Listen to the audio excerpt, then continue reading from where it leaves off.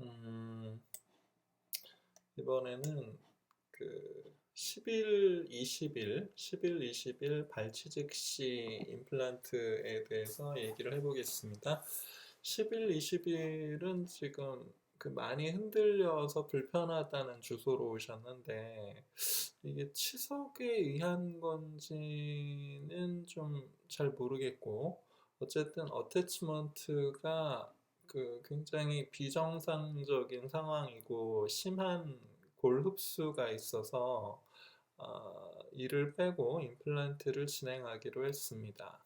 그래서 지금 여기는 11번인데요. 11번에서 다행히 그 치아 뿌리 쪽에 그, 그, 그 알베올라 본 두께가 충분해서 수술 자체는 그리 어렵지는 않을 것 같은데 중요한 거는 그래도 스크류홀을 싱귤럼 쪽으로 내서 보철의 리트리버빌러티랑 그다음에 리타이트닝이 가능한 것이 여러모로 편하니까요. 그래서 이쪽으로 스크류홀을 내는 것에 좀 신경을 써 보기로 했습니다.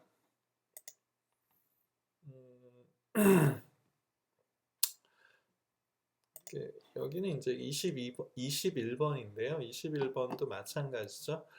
이쪽으로 하면 되겠구나. 그래서 저 같은 경우는 이럴 때 그냥 이를 빼는 게 아니라 아, 링궐 쪽에 치아의 설측을 삭제에 들어가서 치아의 설측과 그 다음에 알베올라 본 사이를 어떻게 보면 이제 천공을 시키는 거죠.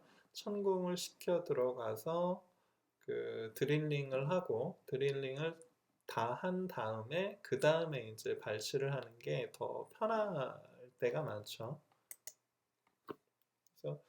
그래서 정말 전치부 임플란트 수술이 이렇게 뼈가 좀 여유가 있으면 정말 좋을 것 같아요.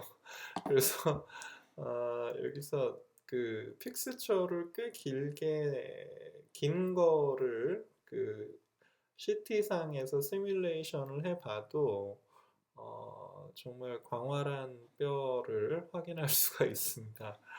여기서 그 여기서 보통 협측골이 협측에 뼈가 별로 없고 더더군다나 이쪽에 이제 움푹 파인 부분이 있거나 이러면 자칫 잘못하면 아무리 설축으로 들어가도 버컬 쪽에 천공될 위험이 있는 경우가 많거든요. 근데 지금 같은 경우는 어지간해서는 버컬 쪽으로 나올 일은 없을 것 같습니다. 그리고 링궐 쪽에 싱귤럼 쪽으로 스크류 홀을 내기 위해서는 약간 이 픽스처의 에이펙스가 버컬 쪽으로 향해야 되는 경우도 있거든요. 근데 이렇게 버컬 쪽으로 포지셔닝이 되다 보면 천공의 위험이 있고 그 위험을 피하자니 또 스크류 홀이 인사이저 엣지를 침범하는 경우도 있고 그래서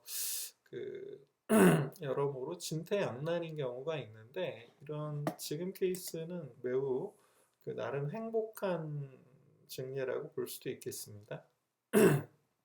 그래서 지금은 이제 현미경상에서 이제 설측 10일, 20일에 설측 치질을 삭제를 하고 그 다음에 설측 치질과 링궐 설측골 사이에 PDL 스페이스를 확인을 한 다음에 그 PDL 스페이스로 드릴링을 하는 경우도 있고요. 아니면은 PDL 스페이스 지금 여기가 지금 이렇게 물론 뭐 직접 현미경을 보는 것보다는 잘 안 보이지만 이 동영상이 모든 걸 전달해 주고 있지는 않지만 그래도 꽤 많은 걸 볼 수가 있죠. 그래서 석션을 이런 경우는 석션 팁을 좀 작은 석션 팁을 써주는 게 유리합니다.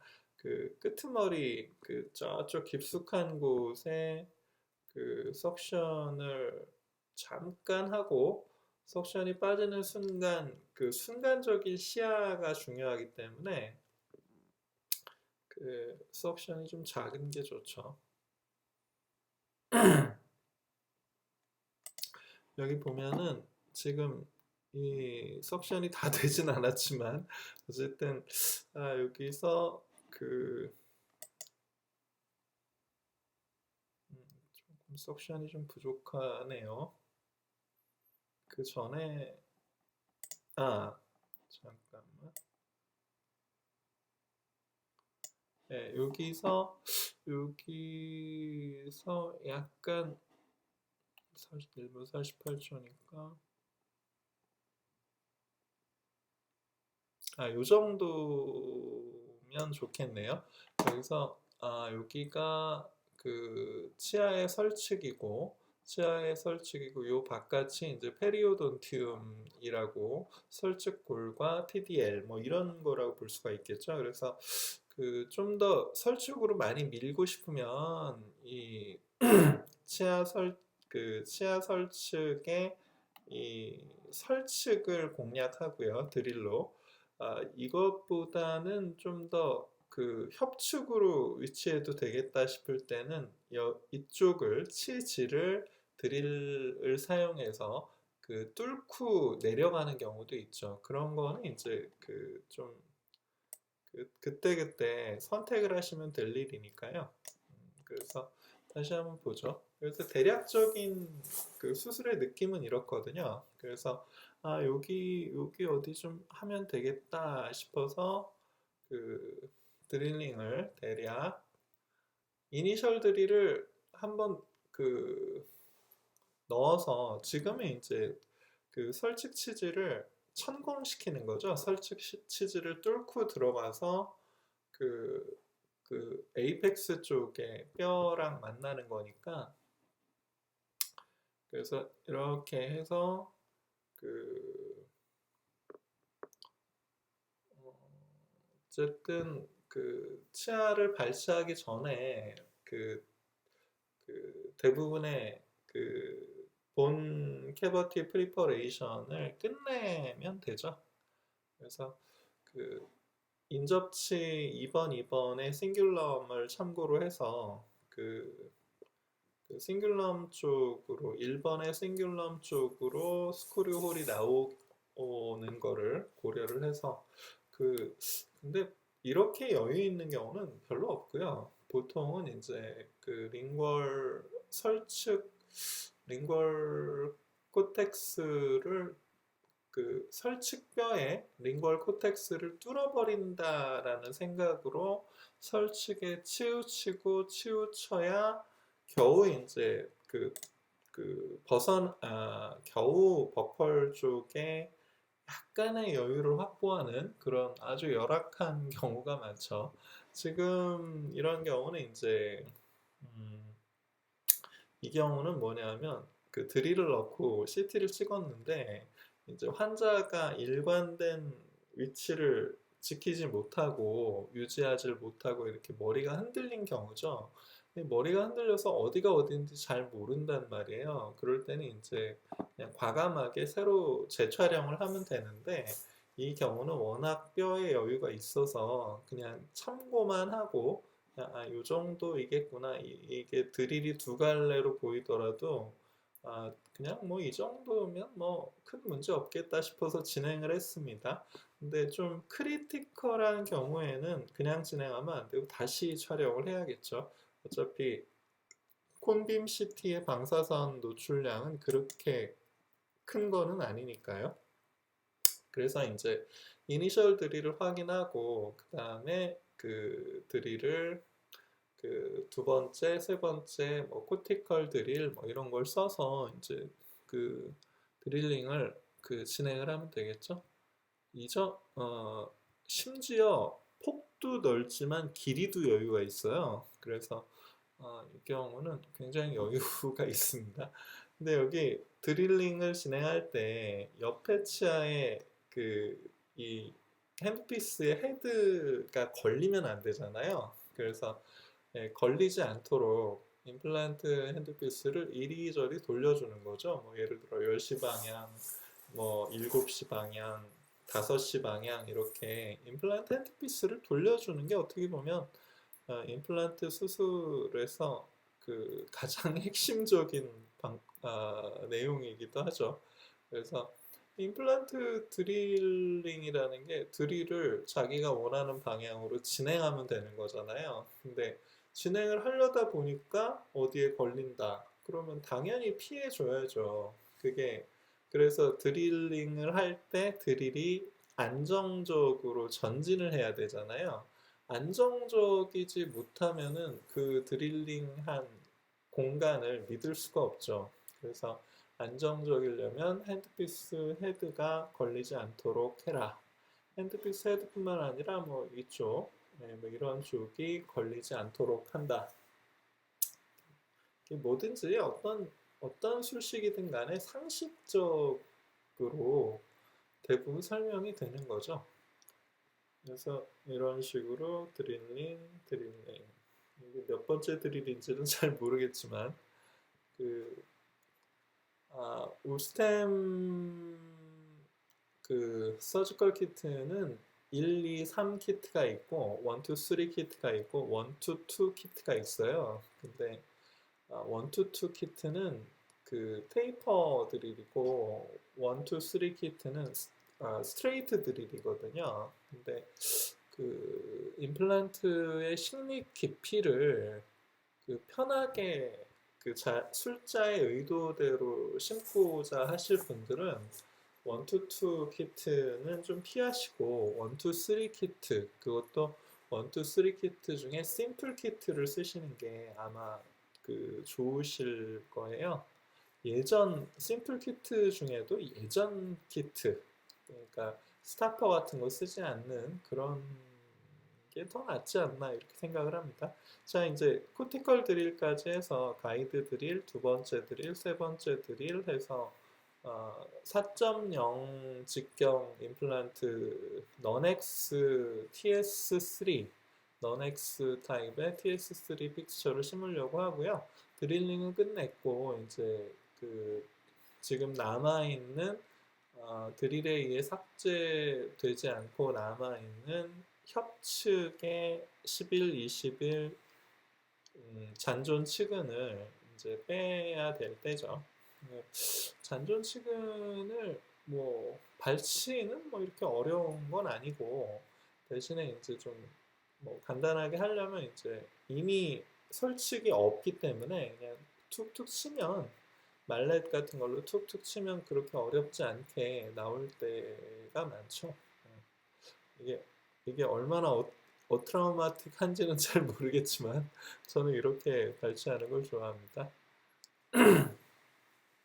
툭툭 쳐주죠. 툭툭.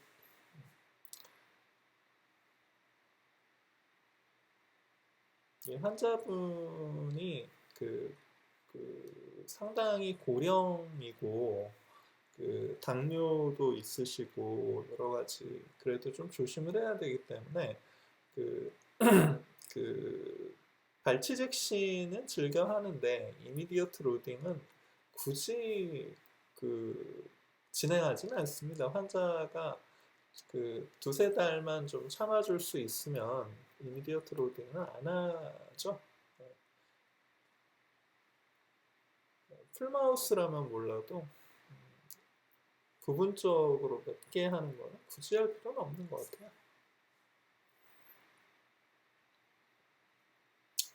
자, 이제 여기서 20일 발치했고 10일도 이제 슬슬 빼서 그러고 이제 드릴링은 다 해줬지만 드릴링 사이트 발치와와 드릴링 사이트가 얼마나 건강하고 별 문제가 없는지를 확인해 주는 것도 중요하죠. 임플란트 수술에서 제일 중요한 거는 힐링이니까 여기 뭔가 사실은 치석도 그렇게 많지 않은데 이 치아가 왜 이렇게 어태치먼트 로스가 됐는지 이유를 모르죠. 네, 뭔가 뭐 모르겠습니다. 그 시멘텀의 문제인지 뭐 교합의 문제인지 뭐의 문제인지 모르겠는데 느낌상으로는 그 뭔가 그 시멘텀 쪽으로 이상이 있지 않았나, 시멘탈 티어 뭐 이런 것들처럼 뭔가 좀 문제가 있지 않았나. 아, 치아 파절도 좀 있었고요. 지금 이렇게 해서 이제 여기가 드릴링 사이트고요. 바깥에 이제 그 발치와 예, 상태죠. 그래서 이 정도면 이제 심, 식립을 하면 되겠다 싶어서 이제 마운트를 연결해서, 저는 마운트 픽스처에 마운트를 연결해서 심는 걸 좋아하고요.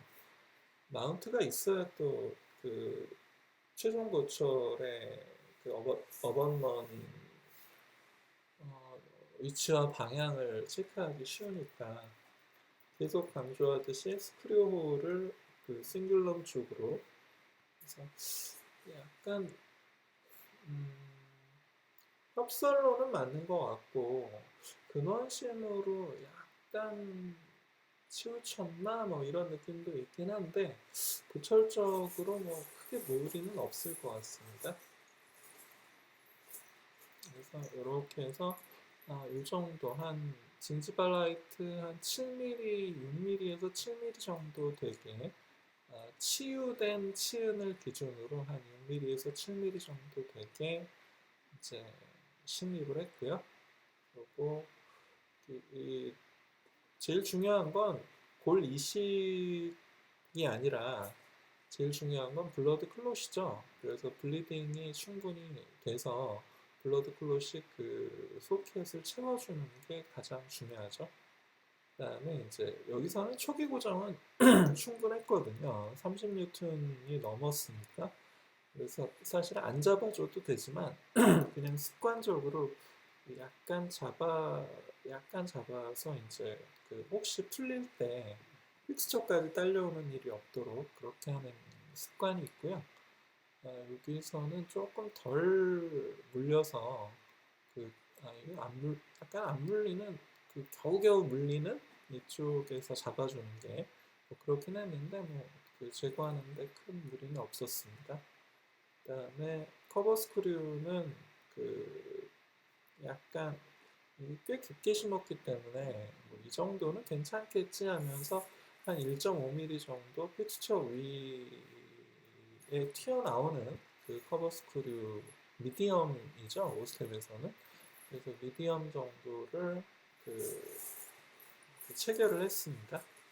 지금 블리딩이 살짝씩 되는데 이 블리딩 석션하지 않으려고 이 마이 프레셔스 블러드가 제 위치에 계속 있기를 바라면서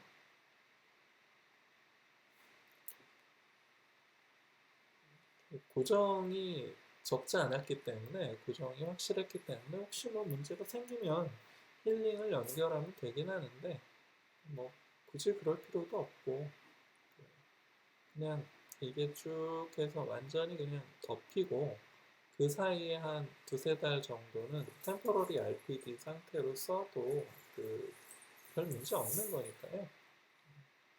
그래서 21번에도 커버 스크류를 체결을 하고요.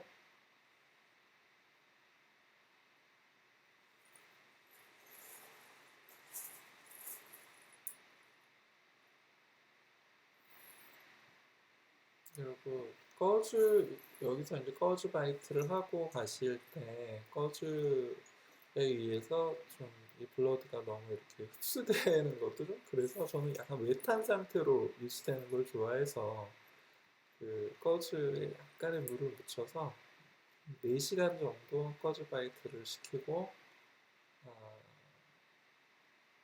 그렇게 보통 진행을 합니다.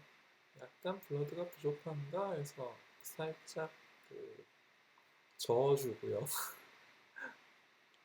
지금은 석션을 하는 게 아니라 미러의 긴서림 때문에 석션을 그쪽에 갖다 댔습니다. 발치와를 석션하는 건 아니고요. 이렇게 해서 그 지금 파노라마를 찍었는데 RPD 상태에서 파노라마를 찍었죠. 그래서 좀 약간 웃었는데 그냥 뭐 이 정도면 크게 무리 없이 수술 결과를 확인할 수 있어서 이 정도로 마무리하고 다음번에 오셨을 때 이 부위에 페리에피컬을 찍어서 한 달 후에 페리에피컬과 비교할 수 있는 자료를 확보하고요. 그래서 괜찮다 싶으면은 한 석 달 정도 후에 세컨하고 완전히 힐링이 되면 그때 임프레션 떠서 최종 도처를 하기로 했습니다.